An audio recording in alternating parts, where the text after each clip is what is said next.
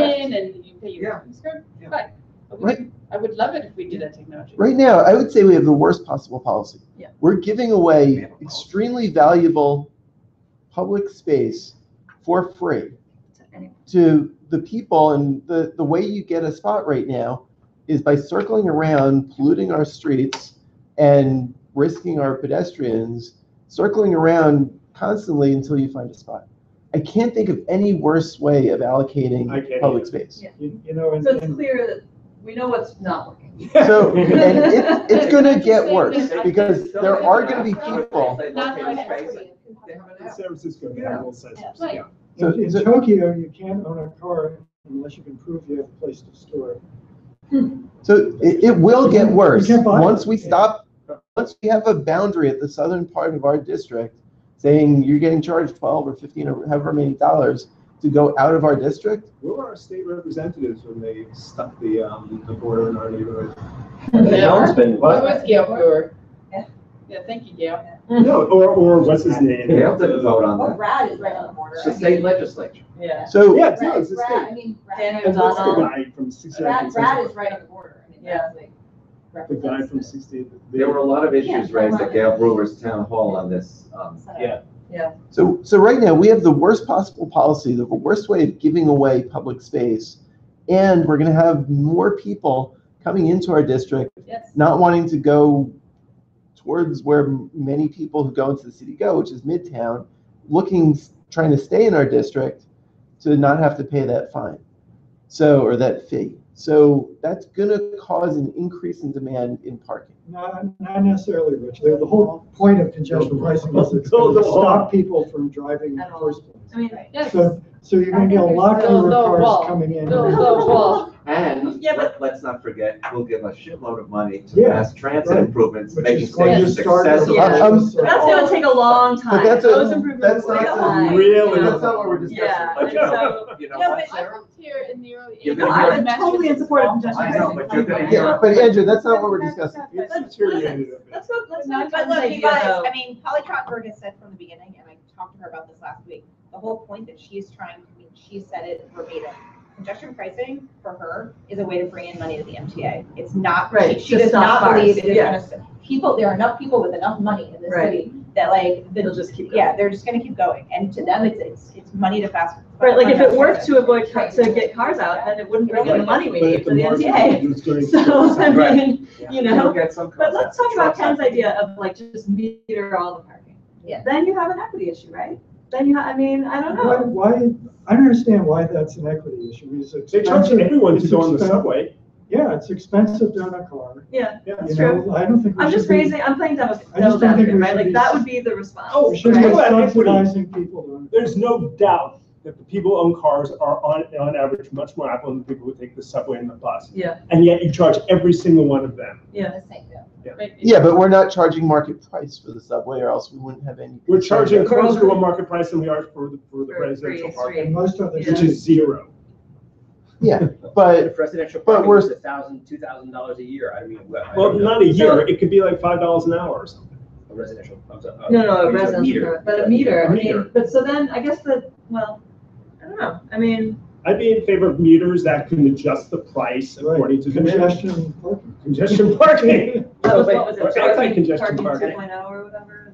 But metered parking, right, is a transient thing, right? So Yeah. it's an hour or two, I don't know, maybe it's a maximum, I guess. Yeah. Well, that's maybe the there should issue be is- some After a facility certain for hour. 24 hours Why and you should it pay a lot of transient money. be? Well, Yeah. what I'm saying is that what the meters are effective, you have to feed the meter until a certain hour. But you and could sometimes have it can that you park could your put car in- or a car overnight until the meter becomes effective. But you could have it that it's 24 hours and you can pay for 24 hours if you want to. And the Like- hours of, midnight to 6 in the morning could be $1 an hour, and Yeah, the Exactly hours, right, yes. the hours from noon to 5 could be $15 an hour. yeah, And we don't And even if a know if person the really wants to congestion just leave fee their isn't car gonna there be different by time all of the day as well. time, they pay. And it also, actually, ideally, you would have it be so expensive that it was more expensive than a garage. But you don't want it so cheap that there are all these empty spots. You want to set it at a price where people can readily find a spot, but most of the Right. spots are taken. Yeah, if you have electronic sensors, Yeah. they know, and the sweet spot is 85% full. Right. So if it goes above 85%, The price goes up. price goes up, Yeah. goes below the But is that, I mean, There's a guy named Is the Donald city Schultz. like, just to be realistic, is our city capable of that kind of infrastructure Well, maybe improvement? in 25 years. Right, exactly. Well, So what are we doing capable now? of Congestion pricing, we're capable of that. I think the two are equally If it's a complex. revenue center, there's money for it, if it makes the sense. Yeah. That's true. You could. It's a fair point. It would make a lot of money potentially. The question is that means that, right, I guess what effectively you're saying is that nobody who owns a car anywhere in the city can ever park for free at any time. Right? Yeah. Okay, so before we leave, one of the questions on this DNS thing is, are we reaching out to the proper groups, and are there others we could be reaching out to? I think the Transportation Committee, Scotia, does a pretty good job of reaching out. I think so too. It sounds like we have a consensus on the committee that we should do a better job of managing and pricing our curb space. Yeah, I was gonna say, I mean, I get we get DNS, but could there be a resolution as well? Wait, I just want to comment on Ken's idea. No, on this idea. So I want to comment on it, which Can I is. just comment on your idea first? I think you stated it perfectly right. What we have now is the worst of all worlds. And I'm going back to that in my comment. So I think we have the worst of all worlds, and I think that Ken's idea long-term is better than my idea of resident parking. I think Ken's idea is extremely difficult to make happen. Not that we shouldn't strive for it, but if we're going to say, let's not make a marginal improvement because we'd rather an idea that's extremely difficult to make happen, then we're staying with what Howard agrees with me is the current situation, which is the worst of all possible worlds. And might we want to take a marginal step of something like resident parking, which I think that it's still unlikely, but it's not impossible right now, especially given the unique circumstance where we're about to have a very drastic change to the use of cars in our neighborhood because of the toll at the south part of our district. Also, resident parking, in a lot of ways, is very analogous to Ken's idea of you're creating a way of charging people for use of public space on a regular basis. And it's not as high tech, it's not charging by the hour, some super fancy way to get exactly 85% of street usage, which I agree is a much better solution. But it's a step in that direction of breaking this idea that our streets are just free for anyone who drives around and pollutes and endangers our citizens the most to take our spots. And resident parking, yeah, it's imperfect in any number of ways, but it's possibly doable. It's something that Mark Levine and others are really pushing for. There's support, and it's a step in the direction away from what we have right now, which is the worst possible allocation of public space, towards having some way of looking at how we're using our public space, trying to restrict the number of cars that come in. And yeah, to your point, Sue, idiots from New Jersey are still going to come in, but they're going to learn. Like to point out, I am a Jersey girl, born and raised. I would say so am I, but I'm not the girl part. But Rich, one difference is I think it requires state approval to do residential parking permits, and we can do anything we want as a city in terms of pricing the curb. So, I mean, the only difference between resident parking. I think there's going to be one major improvement when congestion pricing comes. I think some discretionary trips of people driving, taking their car out from the Upper East and Upper West Side to go into Midtown or downtown will stop. I missed that. I actually think that's And I discretionary trips know. from the Bronx. It's crazy. Yes. Ken, if you think about it, the only difference between resident parking and metered parking is that resident parking limits who can do it. Either way, you have some system for charging people for parking. But you're not going to get the turnover that you get with market pricing. That's true. You don't get Right, but I don't want turnover, and I wouldn't think you would either, because turnover incentivizes more driving. I'm happy that all the cars that are in our neighborhood sit there all week and don't get driven because I don't want more I driving. don't know, if you think people are still not going to cruise, they're still, I don't believe it. Well, I think you have to price them high enough so that a lot of If you people have just it don't buy priced them so and give that up their car. 85% is always, 15% is I don't always have a car. open. People I are had going to crazy to cruise, get a they're car. going to find something right away. Yeah, but they'll drive a lot more. What do you mean by cruising? What does that mean? Like, Just driving around and around and around, looking for a parking spot, yeah. It's later in the year, I think, than March. But it's not 2021, it's sometime. No, it's. I thought it was start gonna like go into November. effect January of 2021. They don't know. They don't know. But it's before the election, I think part of this is 2021 is driven by, the like, first year the people MTA would like actually us, see so proceeds from it, so it state starts legislators to the end of who are running 2020. 2020. You have to get all the readers. The mobility Yeah. council or whatever this Right, is, this is. that was my, yeah. Have you noticed this one major change, by the way? I'm sorry. On all of the previous versions of congestion pricing, the West Side Highway was not included, Yeah. it's now Yeah. included. Yeah. Oh, really? Yes.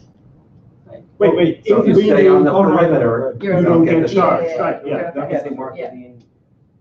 somebody. Brad. Even though there's a million streets that go off it, whereas the FDR is a limited access highway, I Yeah. understood why that was excluded, but I don't know how they're gonna. There are a lot of holes in it. Like if you earn less than $60,000 a year, you don't have A to lot of pay. holes. Whereas if you earn less than $60,000 a year, you still have to pay to go on the subway. Right, yeah. Well, Well, there's also, low like- income, Metro cards, I think, isn't there? Well. Well, I heard it being not discussed. really. Not for someone earning $50,000 a year. There just isn't. Yeah. There's no subsidy for MTA? There's fair There's fares, some fair but fares it's for like, people it's on- like super low, and they haven't really rolled it out It's very not well. program and- for really Yeah, poor. it's really actually basically only for people who are on staff. Andrew, Actually, that's how they're even handling when it they out. start bonding? Once the money, Yeah, once once the money So, starts so flowing they in. can't do it until the No. revenue stream. No, but a piece of good news that I learned just today is that for the third month in a row, reliability and on time is up again. So they're doing something right. It's like almost 80% now, which is really good. Yeah, but it is really true. Because I don't ride the lettered lines that often, but I was going to Brooklyn a few times last week, and the lettered lines really are much worse. Oh my and God. I was like, wow, the 1, 2, 3 is Much actually worse than pretty one. good. Yeah, I And took the B frequency is train right. Well, twice they're doing a lot yesterday. of work on them. Yeah. The B train is just, everyone keeps saying, oh, the letter trains are so good. The B No, the train 1, is 2, just 3 is great. forever to It get made me there. really appreciate it. Doesn't, I guess what I keep hearing is that, and you would probably be the best to answer this question, that the MTA is just an absolute wreck, right? The amount of shortfall of money, right? Except for the community representative. Right. But no, I don't mean a wreck, what I mean financially, but what I'm saying is that as a consumer, it seems to me that we're getting triple dipped, right? So the prices of the MTA cards are going up. Congestion pricing is going up. The price for taxis and all that stuff is Congestion up. pricing is coming, it's not going up. Well, it's coming, right? So congestion pricing is already here for the taxis. It's coming. Which, by the for way, cars. is a killer for the yellow Yeah. cabs. And why it's for the cabs at 96th Street versus 61st Street is. Yeah. Well, it's essentially an extra Metro card swipe for every. It's 680 just to step into a yellow Right. cab. So, but my point is just that these are three revenue sources. I guess it's that bad. If this was in lieu of raising the Metro card price and they were collecting money from these other two sources, but they're also, The money from congestion pricing is going into the capital program. The money from fares goes into operating. Okay. The thing I was at with Polly, she actually had interesting. like a very More for operating. compelling slide deck about what the proposal is that answer almost all of these questions. And I don't know if Polly maybe can get it for us. She was there. But its slide format goes through like the numbers and how it's, when it's. going to be Yeah, but a tweaked. lot of it is, It's not gonna even be tweaked, but it set, goes yeah. through the numbers of how many people live in our neighborhood, in the suburbs, like to So justify who's- why they it was- chose. It was Polly where we would Trottenberg? place. Yeah, Okay. and I'm happy to try to get it. I think it would be helpful, just. I'm gonna say. Again, the tomorrow. DNS is like Yeah. so sort of ephemeral, and it's not even gonna be out for a long time or whatever. Like maybe we should also do a resolution saying like either residential permanent parking or like meters, like these are our ideas of how to, improve the street, and send it to DOT and say. I second that. Well, we I should, second it if it's either or. Yeah. maybe Well, we it could should even word be it like, we to, think the meter is really the ultimate goal, Yeah. but, we residential permanent find parking is it- a good interim step. Urgent and imperative that something is done to prevent our neighborhood from receiving all of the traffic that otherwise would have gone into congestion pricing. and we support some program to impose some kind of fee for the use of curb space, Yeah. something like vague like that. Well, being that an awful lot of people who are gonna be, depending on what they do with the GW Bridge, if they price it like the Holland and Lincoln tunnels, even though it's not feeding the congestion zone, but, Murphy is asking for that to be included, so they don't get double hit, but, Oh, that's right. yeah. Because if you get hit Yeah. going over the bridge and then you get it again at 61st Street, that's what his problem is. We I don't know also, that they're gonna carve that out, but I mean. I really think So that, if you come in, if you drive in from New Jersey through the Holland Tunnel or the Lincoln Tunnel, you've already paid your fees, so there's no congestion pricing, so they're not gonna come into our neighborhood, so. well, No, it that's depends not on where even they're clear. coming from. I like that. They may very well may. That's not If you're clear. coming from Jersey, that's where you're coming from, but. that's if we give in to Murphy, I don't know that Well, we yeah, will. lots of people come across the GW. There's also the issue of if congestion pricing is done by time of day. Yeah. If there's a big difference between 5:59 and 6 o'clock, you could get a lot of cars waiting in our Right. neighborhood for the price to change. Yeah. Yeah. And that's something that Yes. also needs to be That's a really considered. useful use of your time in a motor vehicle, isn't it? Just- Yeah, but think about it, how many people sit there waiting for alternate side? Yeah, yeah, Right, exactly. you read newspapers and make your phone, yeah, sure, of Exactly. course, do it all the time. What else do we have to add? Well, no, we're gonna add congestion pricing, the use of our streets. So should we pull together some kind of resolution on this for Yes. next month? Or, You somebody wanna write something up? So I have, for the resolution. I'll do it. Should we do a group effort to? yeah, we could do it. I can circulate it Okay. and people can give me comments. Or we're gonna discuss it next month. Yes, I'm going to give a draft, you can comment on the draft, and then we can discuss And we'll run it. the resulting draft. Next month's meeting. Is that the second Anything Tuesday? else? Great. Thank you, everyone, Thanks, especially Elizabeth, for putting Yeah, together.